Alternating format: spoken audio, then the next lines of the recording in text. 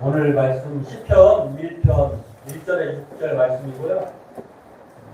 우리 교회는 뭐 따로 수련회를 가진 않았습니다만 여름철, 봄, 가을 이렇게 소풍을 가는데요.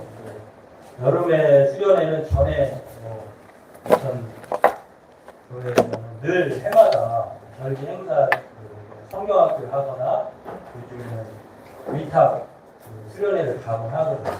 그런 것들이 장단점은 다 있는데 그럴 날이 왔으면 좋겠고 또 아니더라도 우리 나름대로 그렇게 하려고 합니다. 그러니까 오늘이 바로 8월은 그런 날이다 생각하고 편하게 마음 주시고 그런 다음에 이제 8월에 한 번은 오늘부터 중식 대신에 간식으로 수련회처럼 그렇게 얘기하고요. 8월 한 달은 의견을 모아가지고 여기서 우리가 시켜 먹든지 아니면 좋은 곳에 장소를 가서 식사를 한번 같이 하도록 하겠습니다. 오늘 말씀도 가장 찾기 쉽게 성경책에 보면 처음에는 반절 정도 되는 시편 말씀 나와요.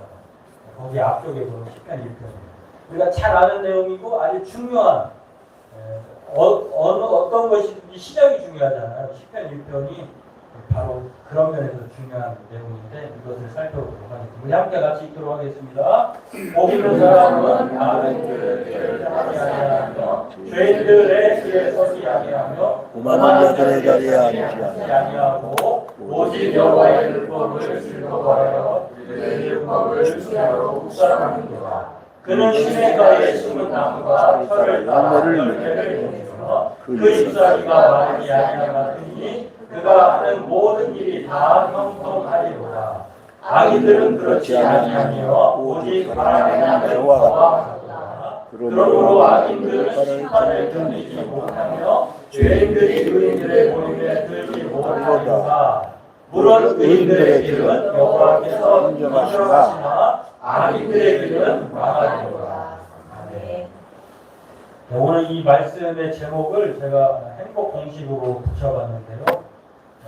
행복 공식이라고 하는 이유는 세상 많은 사람들이 갖고 있는 행복 공식이 있어요. 근데 우리 믿는 사람들의 행복 공식은 다르죠. 이것을 하나님이 시편, 인생의 사계절이 모아져 있는 시편 150편에 첫 장으로 소개했다고 하는 것은 너희들은 이런 세상 사람들처럼 그런 행복 공식을 따라 살지 말고 이런 공식이 있다. 하나님께서 우리에게 가르쳐 주시는 영원 불변의 공식이다라고 하는 것입니다. 그렇기 때문에 오늘 이 공식을 잘 기억하고 오늘 저와 여러분들이 나는 정말 행복 공식의 사람이구나 또 나는 이 행복 공식에 따라 살아야겠구나 라고 하는 마음을 갖고 우리가 그렇게 살아가기를 원합니다. 세상 사람들의 우리가 알고 있는 공식 중에 고개를 쳐들지 말아야 할 딱 두 가지 그래야 성공한다 또한 선출된다 좋은 결과를 갖는다라고 하는 것이 골프와 선거라고 하죠. 골프는 절대 저는 쳐본 일은 없습니다. 고개를 쳐들어서는 안 돼요. 공을 보고 쳐야 된다는 것이고 선거할 때는 고개를 다 조아리죠. 잘 부탁한다. 이상하게 선거가 끝나면 다 선거 전에는 모습인데 선거 끝나면 대감이 돼가지고 우리를 어렵게 하는데 여하튼 그런 것들 그리고 또 우리가 투자할 때도 한 곳에 몰빵하지 말고 분산 투자하라. 이런 것들이 바로 우리가 알고 있는 성공의 공식, 행복의 공식이라고 할 수 있는데요. 오늘 이 많은 이 행복 만능 시대에 저마다 행복 공식을 가지고 살아갑니다. 그러나 오늘 하나님은 우리에게 그리스도인들, 하나님의 사람들에게 이 행복 공식을 가르쳐 주는데 오늘 우리가 잊어버렸다고 하면 다시 한번 기억하고 또 몰랐다고 하면 오늘 말씀을 통해서 이 공식을 통해서 살아가는 저와 여러분들에게 바라겠습니다. 오늘 이 시편 1편 말씀은 이 행복 공식에 대해서 말하고 있는 것인데요. 왜냐하면은 이 왜 행복 공식이냐라고 말할 수 있냐면은 이 단어에서 우리가 알 수가 있어요. 이 단어 시작하는 복 있는 사람이라고 하는 이 히브리 단어가 아시레 하이시예요. 아시레 하이시라고 하는 단어는 바로 아시레라고 하는 뜻은 이제 복이 있도다 이거 뜻인데 감탄사예요. 하나님이 모르는데 우리들에게 너희들이 행복한 사람들이야, 행복하다, 이렇게 감탄사로 이 말씀을 시작하고 있다는 것은 이 말이 우리에게 우리가 모르는 상황에서 가르쳐 주는 거예요. 아, 우리가 행복하구나. 몰랐는데 가르쳐 주는 거예요. 왜 행복하냐? 아, 하이 씨는 정관사인데 이 씨가 사람인데요. 너희들이야말로 행복한 사람들이야 라고 말하는데 왜 행복한지를 그 이후에 설명을 합니다. 영어로는 how blessed 이렇게 말하고요. 행복하다라고 하는 말이 이 감탄사라고 하는 말을 통해서 아, 그렇구나. 행복한 공식이 여기에 있구나 라고 우리에게 가르쳐 주는데 하나님께서 알려주시는 이 행복 공식임을 우리는 이 말씀을 통해서 기억해야 할 뿐만 아니라 그렇다고 하면 하나님께서 가르쳐 주시는 행복 공식이 있는데 그 첫 번째는 무엇이냐면요. 하나님께 심겨진 사람이 행복한 사람이다. 이렇게 말을 합니다. 그렇습니다. 오늘 본문을 보면 행복한 사람, 하나님께 심겨진 사람이라고 하는 이 말은요, 시냇가에 심긴 나무라고 하는 사실을 통해서 알 수가 있어요. 하나 넘겨주세요. 행복 공식 첫 번째, 하나님이 심으신 나무가 행복하다. 그러니까 내가 심겨진 것이 아니라 하나님 우리를 심으신 거예요. 우리가 행복을 우리가 만드는 것이 아니라 하나님 우리에게 행복을 주셔야 행복하다는 것을 오늘 이 심겨진 이 단어를 통해서 알 수가 있는데 이 심은이라고 하는 뜻, 이 심은이 단어를 보면은요 수동태, 신적 수동태. 그러니까 우리가 누군가 사람이 심은 것이 아니라 이것은 이제 디바인이라고 하는 그 뜻을 사용해서 말하는데 하나님에게만 사용되는 단어예요. 하나님이 심으신 나무. 오늘 이 시편 이 말씀을 보면 두 종류의 사람이 나오는데 복 있는 사람이 나오고 악인이 나오는데 이 복 있는 사람을 뭘로 표현하냐면 물가, 시냇가에 심기운 나무 이렇게 말해요. 근데 또 악인은 또 뭘로 얘기하냐면은 바람에 나는 겨. 우리가 볼 때는 나무가 좋겠습니까? 겨가 좋겠습니까? 겨는 날아다녀요. 아주 뭐 겉보기에 사람에게 아주 뭐 자유로운 것 같고 또 돋보이는 것 같고 그렇지만 나무는 볼품없이 그 자리만 있어요. 그런데 하나님이 보시기에는 하나님이 심으신 심겨진 이 나무를 하나님께서 인정하시고 형통케 하신다는 거예요. 근데 반대로 하나님이 심지 않은 그래서 자유분방한 멋대로 사는 그런 겨와 같은 존재는 사람이 보기에는 아주 더 좋아 보여요. 그러나 그들에게는 하나님은 인정하지 않고 결국에는 망하리로다 이렇게 말하고 있다는 것입니다. 다시 말해서 하나님의 행복 공식에는 하나님이 심겨진 사람이 행복하다. 하나님께 선택을 받은 자, 또 성경은 여러 가지 말을 하는데요. 하나님의 구원을 얻은 자, 신명 33장 29절에 이렇게 말합니다. 이스라엘이여 너는 행복한 사람이로다. 여호와의 구원을 너같이 얻은 백성이 누구냐. 다시 말해서 어떤 사람이 행복한 사람이냐면 하나님께 심겨진 사람인데 하나님의 구원을 얻은 사람.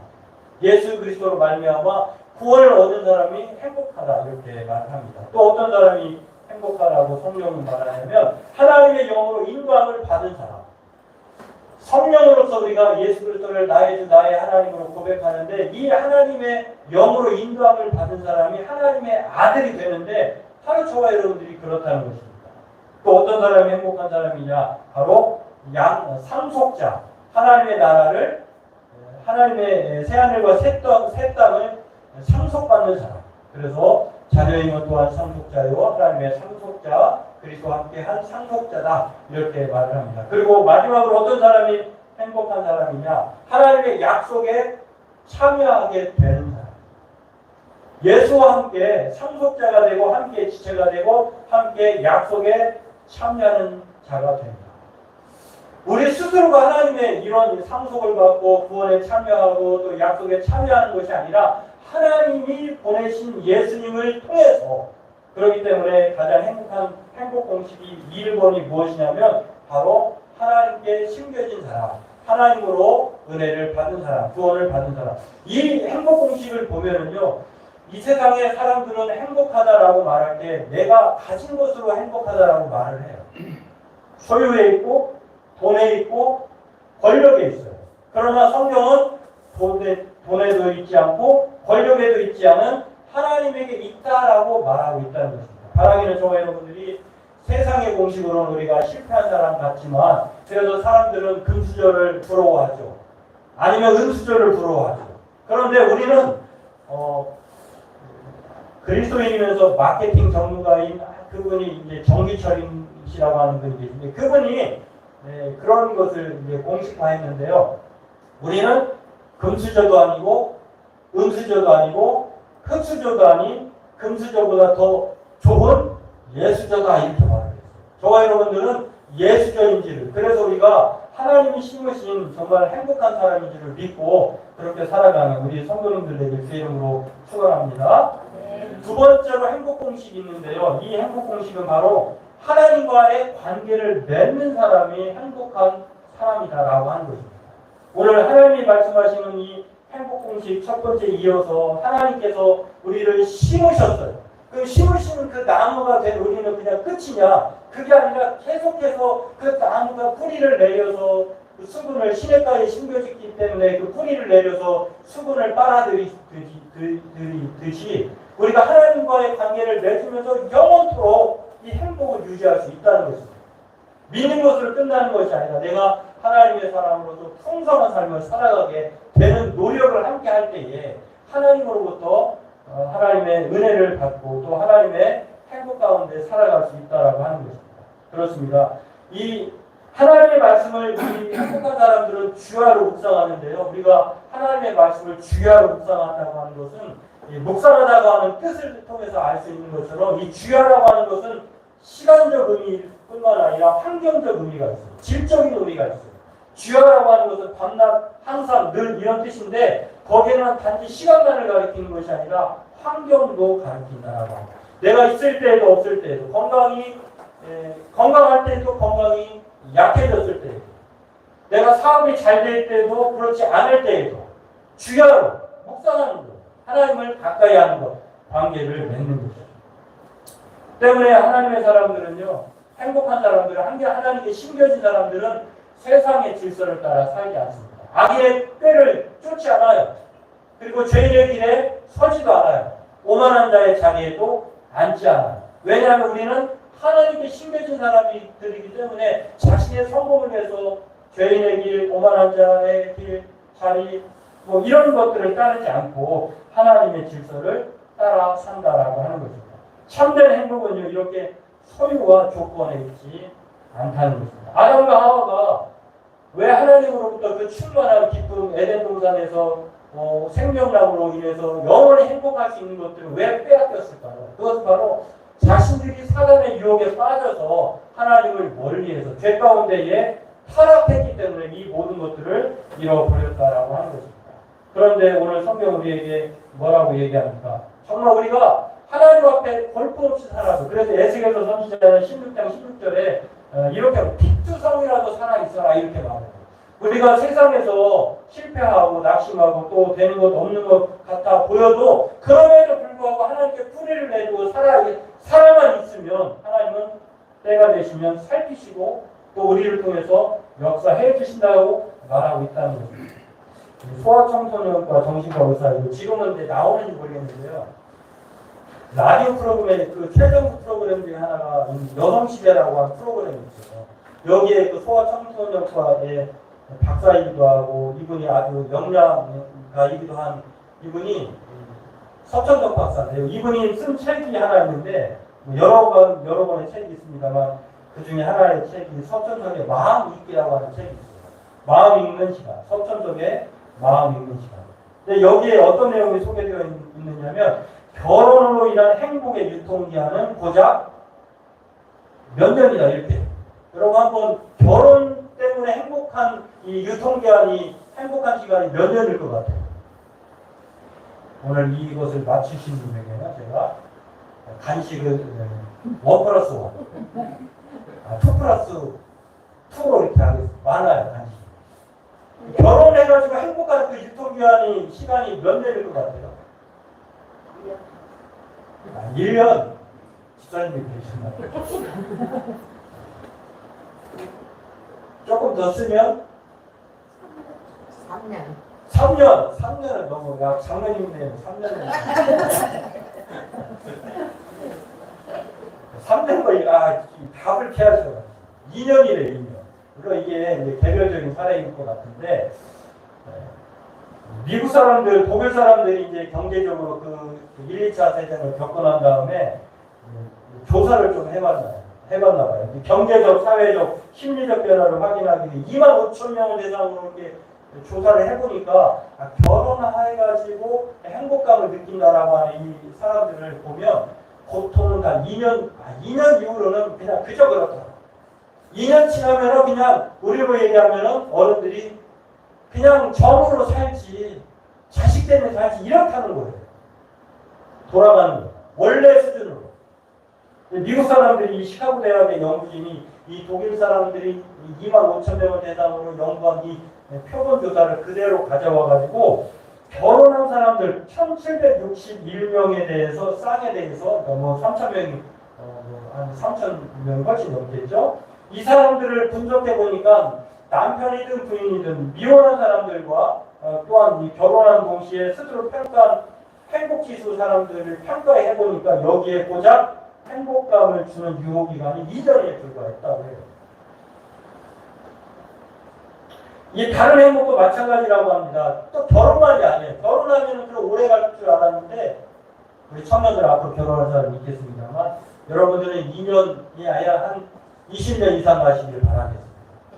200년은 좀 너무한 것 같고. 그러면 돈 때문에 행복하면 어떻게 될까요? 내가 복권에 당첨하면 얼마나 행복할까요? 우리 선배님 중에 아마 복권 사시는 분 계실 줄 아는데 사시는 거는 죄는 아닌 것 같아요.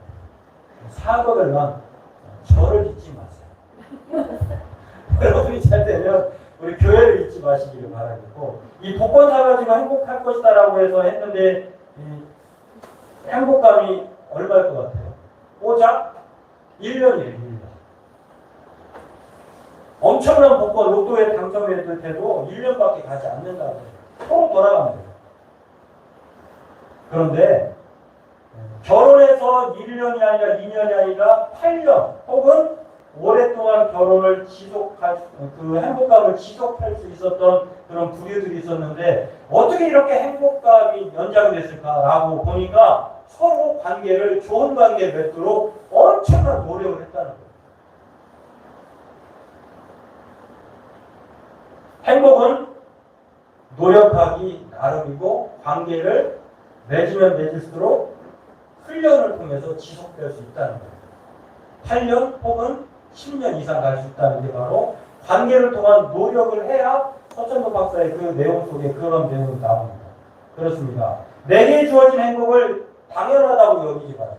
하나님 나를 심었으니까 나는 행복한 존재 여기가 아니라 그 끊임없이 실겨진 사랑으로 하나님과의 관계를 더욱더 진전시켜 나갈 때에 우리 행복은 연장된다는 거예요. 머물지 않는다는 거예요. 신앙에도 여러분 갱년기가 찾아와요. 항상 충만하지 않아요.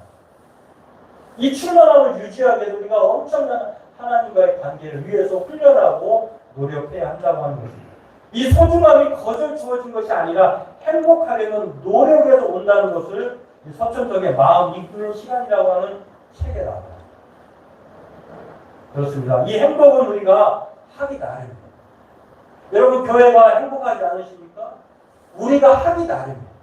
내가 행복하기 위해서 노력하고 있습니다.